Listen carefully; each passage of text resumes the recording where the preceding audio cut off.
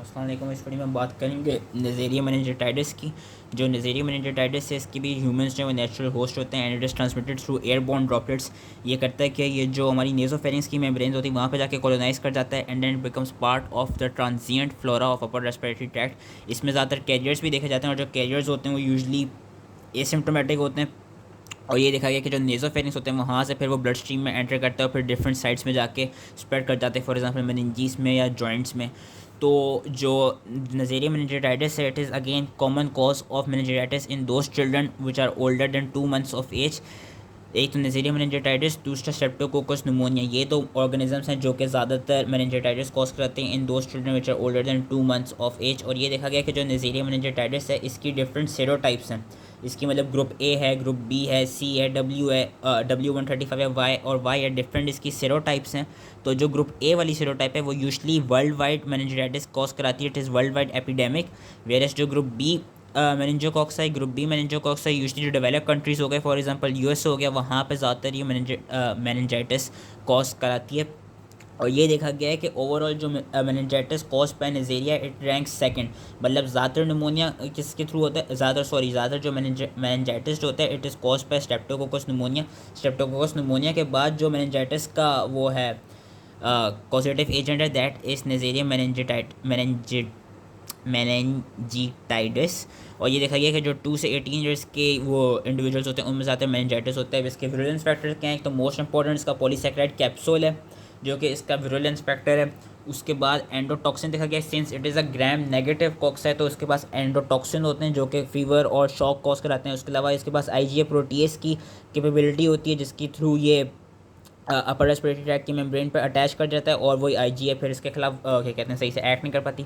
और इसके पास एक और इसकी जो सरफेस होती है, इसकी सरफेस पे एक इंपॉर्टेंट प्रोटीन होती है which is known as factor H binding protein. अब normally factor H binding protein humans में करती क्या है कि वो जो C3b कॉम्प्लीमेंट सिस्टम का पार्ट होता है, ऑप्सोनाइजिंग जो पार्ट होता है उसका वो इनहिबिटर होती है। अब जब फैक्टर एच बाइंडिंग प्रोटीन नज़ेरिया की सरफेस पे तो उससे इसके पास एडवांटेज ये है कि जो फैक्टर एच बाइंडिंग प्रोटीन होगी वो क्या कर रही होगी, C3b को इनहिबिट करी होगी। जब C3b इनहिबिटर होगा तो उसकी वजह से होगा क्या, उसकी वजह से होगा ये कि ऑप्सनाइजेशन हो नहीं पाएगी, मेम्ब्रेन अटैक कॉम्प्लेक्स सही से बनेगा नहीं। और अगेन जो नज़ेरिया की स्पीशी और मेनिंजाइटिस की स्पीशी होगी it will be protected from our immune system. और ये देखा गया है कि जो सीरोटाइप ग्रुप बी की वजह से जो मेनिंजाइटिस हो रहा होता है उनके खिलाफ जो वैक्सीन बनती है उस वैक्सीन में हम फैक्टर एच बाइंडिंग प्रोटीन को एज अ इम्यूनोजन यूज़ करते हैं। क्लिनिकल फाइंडिंग्स क्या हैं, क्लिनिकल फाइंडिंग्स इसकी दो हैं, मेनिंजाइटिस और मेनिंजोकॉक्सीमिया। मेनिंजोकॉक्सीमिया क्या होता है, मेनिंजोकॉक्सीमिया बेसिकली ये होता है presents as septic shock, high fever, hypotension and petechial और पर्प्यूरिक रैश। और इसकी मेनिंजोकॉक्सीमिया की एक और सिवियर फॉर्म देखी जाती है जिसको हम नाम देते हैं Waterhouse Friderichsen syndrome. Waterhouse Friderichsen syndrome में क्या होता है, बेसिकली वही मेनिंजोकॉक्सीमिया होती है लेकिन काफ़ी सिवियर होता है कि इसमें काफ़ी ज़्यादा हाई फीवर होता है, इसमें हमको वाइड स्प्रेड पर्प्यूरा मिलता है, डिसेमिनेटेड इंट्रावेस्कुलर कोगुलेशन मिलती है, थ्रोम्बोसाइटोपेनिया मिलता है एंड एड्रीनल इनसफिशिएंसी मिलती है। तो ये एक चीज़ बेसिकली एक सिवियर फॉर्म है मेनिंजोकॉक्सीमिया की, Waterhouse Friderichsen syndrome. Lab diagnosis क्या है, लैब डायग्नोसिस ये है कि हम ब्लड सैंपल के थ्रू और हम स्पाइनल फ्लूइड के थ्रू स्मेयर्स लेंगे और उनको कल्चर करेंगे और हमको फिर चॉकलेट एगार पे that chocolate agar which is incubated at 37 degrees in a 5% carbon dioxide atmosphere, chocolate agar पे हमको ऑक्सीडेज पॉजिटिव कॉलोनीज मिलती हैं ग्राम नेगेटिव डिप्लोकोकाई की। ये चीज़ की याद रखनी है कि हमको चॉकलेट एगार पे ऑक्सीडेज पॉजिटिव कॉलोनीज मिलती हैं ग्राम नेगेटिव डिप्लोकोकाई की। और जो वो है मेनिंजाइटिस है, मेनिंजाइटिस को हम जो नज़ेरिया गोनोरिया है उसकी स्पीशीज से ऐसे डिफरेंशिएट करते हैं कि ये देखा गया कि जो नज़ेरिया मेनिंजाइटिस है इट ऑल्सो मेटाबोलाइजेस मोल्टोस, वेरस जो नज़ेरिया गोनोरिया की जब हम स्पीशीज पढ़ेंगे नज़ेरिया गोनोरिया का ये देखा जाएगा कि जो गोनोकोका होता है gonococci they do not metabolize maltose versus meningococci and both organisms they metabolize glucose.